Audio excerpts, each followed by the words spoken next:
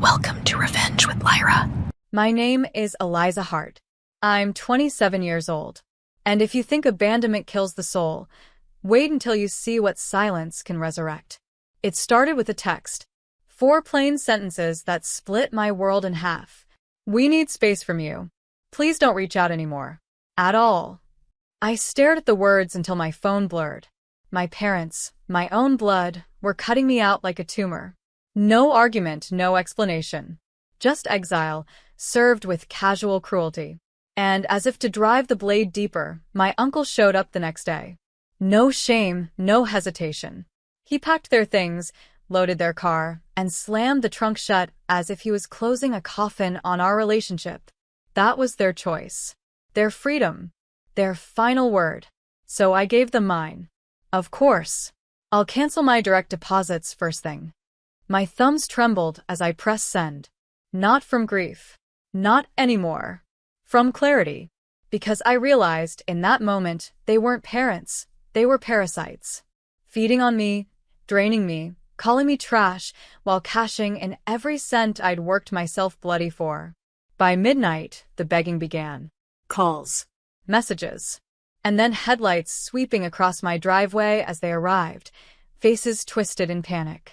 The same voices that had spit me out were suddenly frantic, desperate, clinging to the money they thought was endless. I stood by the window, lights off, heart steady. And for the first time in my life, I didn't open the door. I didn't justify myself. I didn't explain.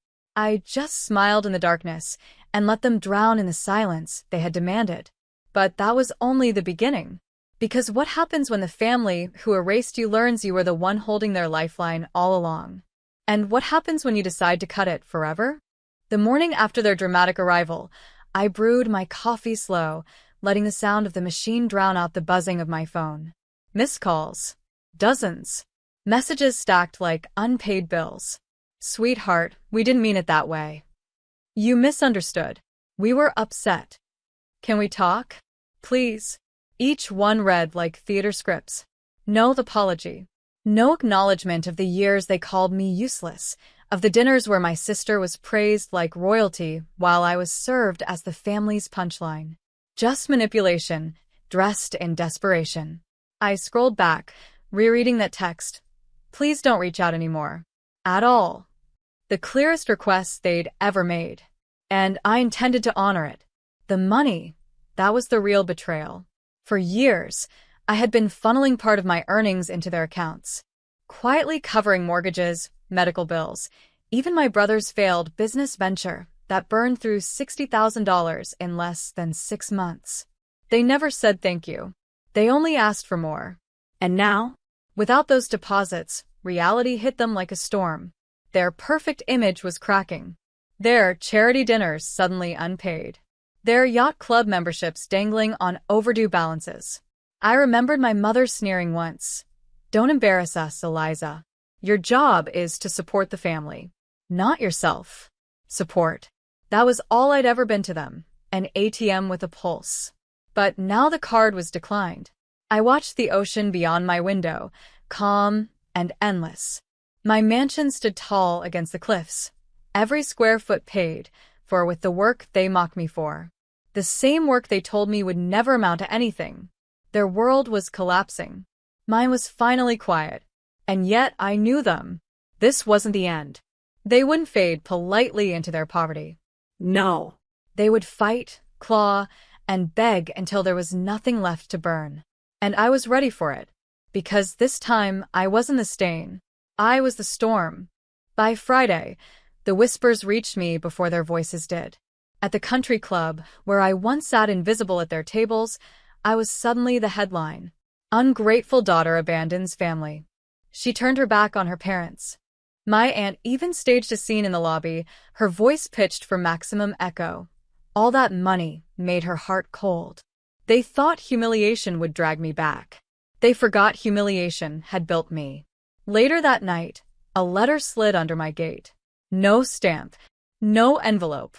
Just a sheet of paper, desperate ink smeared like blood. You don't understand, Eliza. We need you. Without your support, we'll lose everything. The house, the cars, the life we built.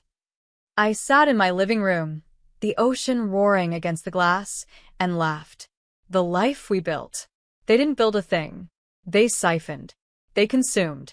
They polished their image with my sweat and dollars. And then came the bank call.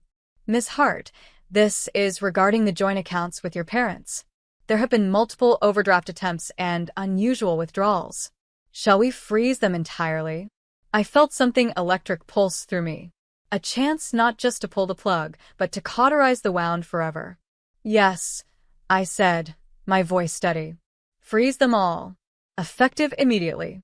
That night, headlights once again pierced the driveway. Fists pounded against the iron gates. My father's voice cracked through the night air. Eliza, don't do this. We're family. I stayed by the window, untouched. Every cry was a reminder. Every plea was proof. For 9 years, they called me a disappointment, a burden, trash. And now, here they were, reduced to beggars in the shadow of the daughter they erased. But this wasn't revenge yet. This was only the reckoning. The true revenge was still loading. Sunday arrived with theater. My parents knew one language, performance, and so they staged one for me. I woke to a flood of notifications, photos plastered online of my mother, heartbroken, clutching my sister in a staged embrace. Captions read, "Daughter abandons family in their darkest hour." My father gave an interview to a local blogger, spinning tales of sacrifice, how they gave me everything, only to be discarded like yesterday's news. It was laughable, really, because while they painted me as a monster, I had receipts. Years of transfers, bank logs, screenshots of texts where they demanded money and mocked me for daring to keep any for myself. And then, just when I thought their charade couldn't sink lower, I received an invitation. A gala. The same one they'd paraded me through as a child, reminding me to keep quiet and look presentable. This time, I wasn't invited as family. I was invited as a guest of honor. The organizers wanted me to speak. My company had become their biggest sponsor. The irony dripped like honey. So I accepted. That night, while my parents strutted in borrowed clothes, whispering about how they'd handle me, I walked in flanked by security. Cameras turned. The room shifted. The whispers that once crushed me now crowned me. When the host introduced me, the woman who turned grit into gold, who funds the very programs keeping the city alive, I took the stage. I didn't glance at my parents. I didn't need to.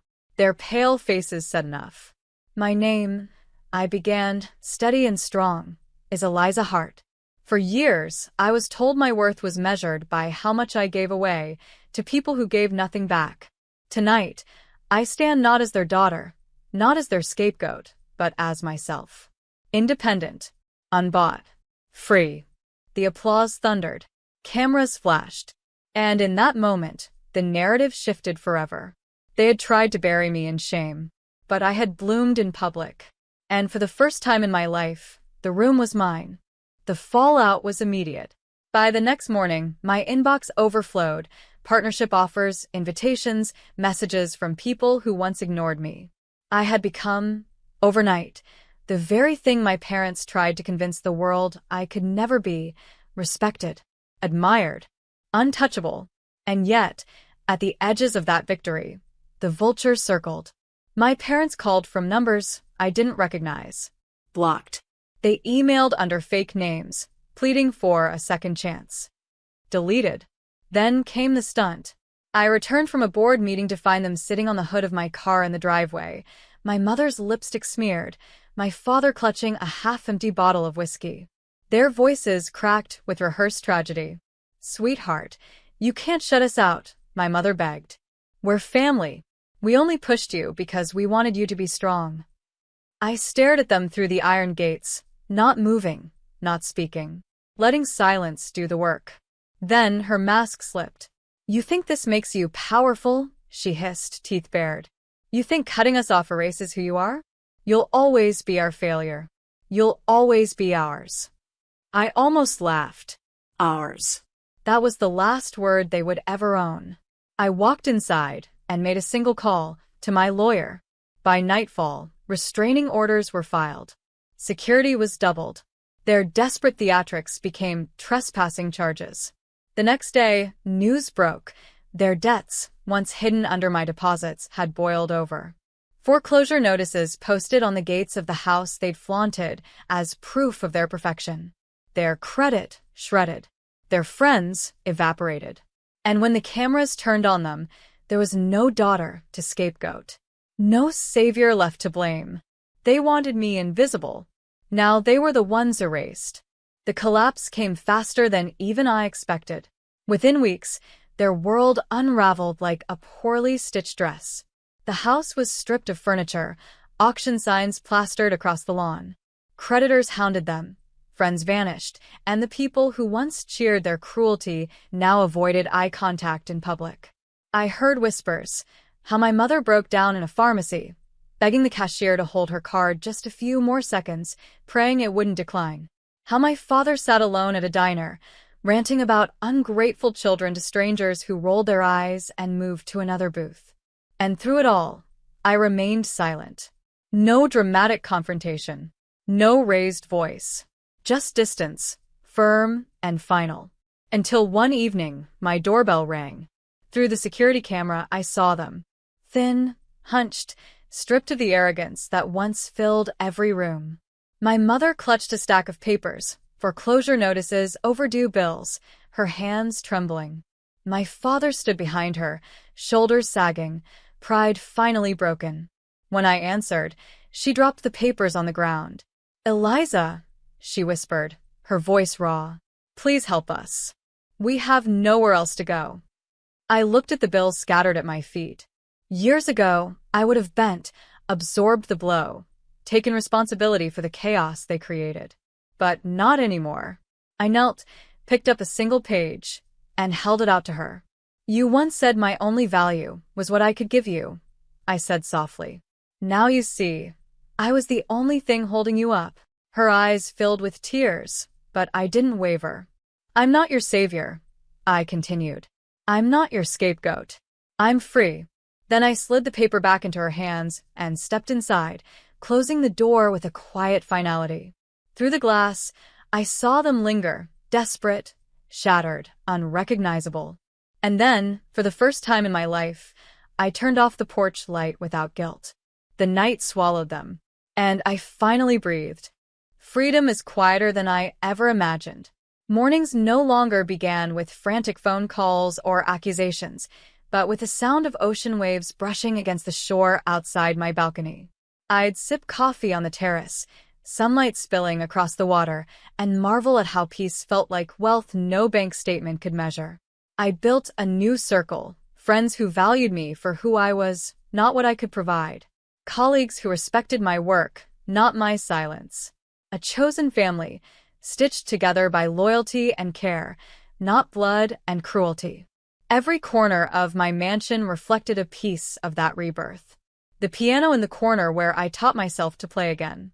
The guest rooms filled not with relatives demanding more, but with friends visiting just to laugh and share meals. The garden, wild with color, where I planted things simply because they made me happy. Meanwhile, news trickled in about my parents. Their rental house, small, damp, far from the glittering circles they once worshipped. My mother, rumored to be cleaning houses for the very women she used to mock. My father, spotted at a pawn shop, arguing over a few dollars for a broken watch. They still tried, occasionally, to claw their way back into my life. A letter left in my mailbox. A voicemail that cracked with rehearsed remorse. But the words rang hollow, the same performance recycled, the same manipulation disguised as apology.